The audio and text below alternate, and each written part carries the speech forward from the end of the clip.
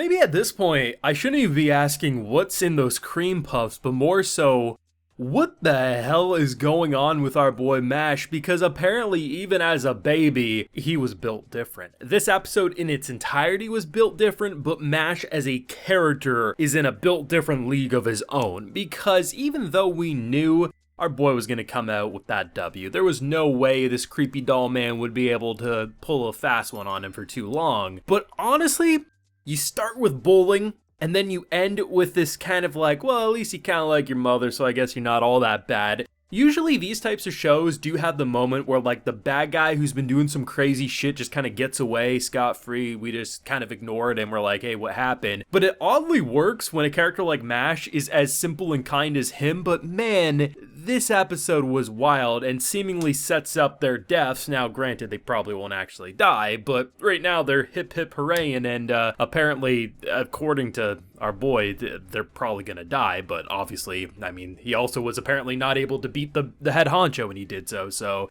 we know how that's gonna work out. Full live reaction episode 11 of Mashle is available on my Patreon. If you do want to see my full uncut thoughts as I watch today's badass, if not hilarious episode, you can head on over to the Patreon and consider supporting if you so wish. Now, this episode was heat. There was some pretty intense animation moments, especially towards the end of this fight, but it's pretty great because all throughout this fight, this man is basically looking at Mash as a rabbit. He keeps calling him a rabbit, right? You know, you can put up the fight all you want, but at the end of the day, you're just a rabbit. And it got really funny by the end because basically it's just this hypocrite level of behavior where he's like, you know what? You're a simple rabbit. I'm a hunter. I'm hunting a rabbit. And it's weird that a rabbit's making me use my last resort attack, but you're still just a rabbit. And I'm like, buddy, can you look in the mirror for a second and just look at the bullshit face that you have going on? You can't say you're using your best attacks yet still look at him as a rabbit. And I love how Mash, he has this level of shit talking. Honestly, kind of feels respectful more often than not, but when he starts calling him a rabbit, or that, hey, if I'm so worthless and I end up beating you, wouldn't that make you pretty worthless, basically? And it's like, man,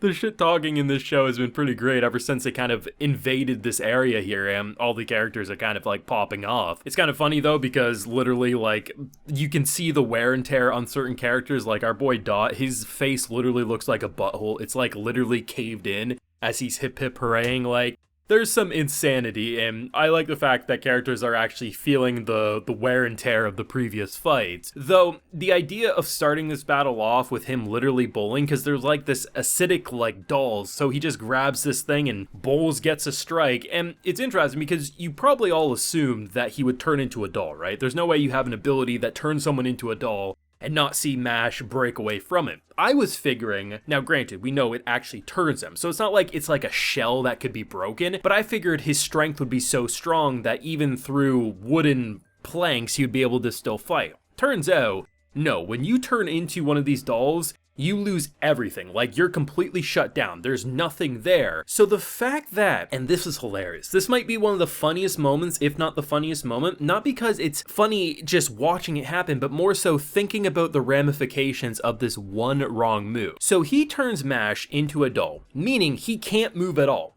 Completely game over. So had he not reached in and pulled out the cream puff, his survival instinct might not have kicked in. And the only reason a doll version Mash was able to sucker punch this fool is because you touched his cream puff.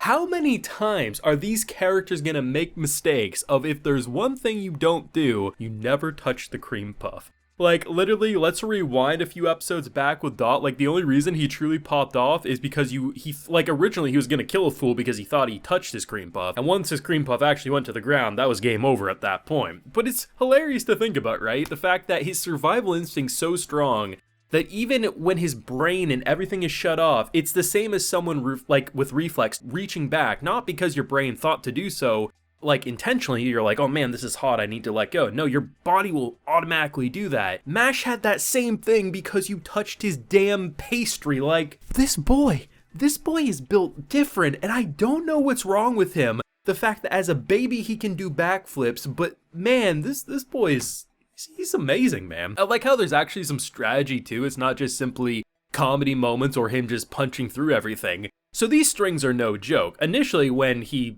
gets like kind of like he was attacking himself, so I'm like, oh shit, you know, he dropped his guard because he's like, oh, this would be too easy.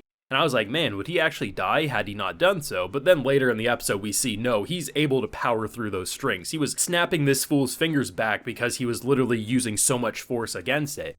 But the coolest part was the way when basically all the strings are falling down, he sacrifices one side of his body, so as soon as he feels the strings attach and he can't move, he uses his other side, which is still lower, to grab it and just rip the whole thing apart. Like, I love how this man was so dead-ass being like, you're a rabbit, you're pathetic, you're lesser, we should purge anyone who's not perfection, and then just completely is like, what the hell happened? It's amazing to see. I like the fact that they also gave him a little bit of a backstory, and it does make sense. I mean, if you had this like super kind mother who literally was like perfect and nice and was feeding the homeless, feeding the poor, and then someone ends up shanking her because you bitch, you think you have it all made and you're just giving us scraps. It's like, talk about biting the hand that feeds. It makes sense that would warp any kid's views to growing up into maybe not the nicest of persons, but I like that MASH does recognize that, hey, if this was all twisted because of your mother, you can't be the worst guy ever.